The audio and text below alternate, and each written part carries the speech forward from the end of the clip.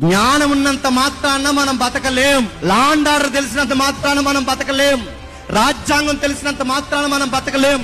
Society మీద ప్రతి subject మీద మనకు అవగాహన ఉన్నంత మాత్రాన మనం బతకలేం. ఈ గూగుల్ మ్యాప్లు ఇవన్నిటి మీద మనకు అవగాహన ఉన్నా బతకలేం. మన బతకాలంటే సూత్రం ఒకటే. ఐఏఎస్ అయినా, ఐపీఎస్ అయినా, జూనియర్ అయినా, సీనియర్ అయినా, సీనియర్ ఎంప్లాయ్ అయినా, ఎవడైనా సీనియర్ సిటిజన్ అయినా, నువ్వైనా నేనైనా బ్రతికి బట్టగట్టాలంటే జ్ఞానం ఉంటే సరిపోదు. జ్ఞానానికి మూలమైన చెప్పండి యెహోవా యందు భయభక్తులు కావాలి. ఐఏఎస్ ఆఫీసర్కి, ఐపీఎస్ ఆఫీసర్కి ఆ భయభక్తులు లేవు గనకే చెప్పండి భార్యను చిత్రవతకు గురి చేసి చంపిస్తారు. ఎన్ఆర్ఐ సంబంధాలు ఇండియాలో సంబంధాలు నచ్చలేదు కొంతమందికి. ఎన్ఆర్ఐ సంబంధించి ఎన్ఆర్ఐని ఇలా పంపలేదు. ఎన్ఆర్ఐ మళ్ళీ ఇంటికి పంపించారా లేదా?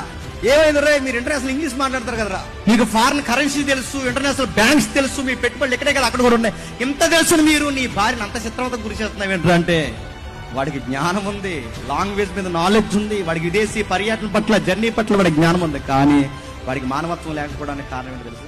యెహోవా యందు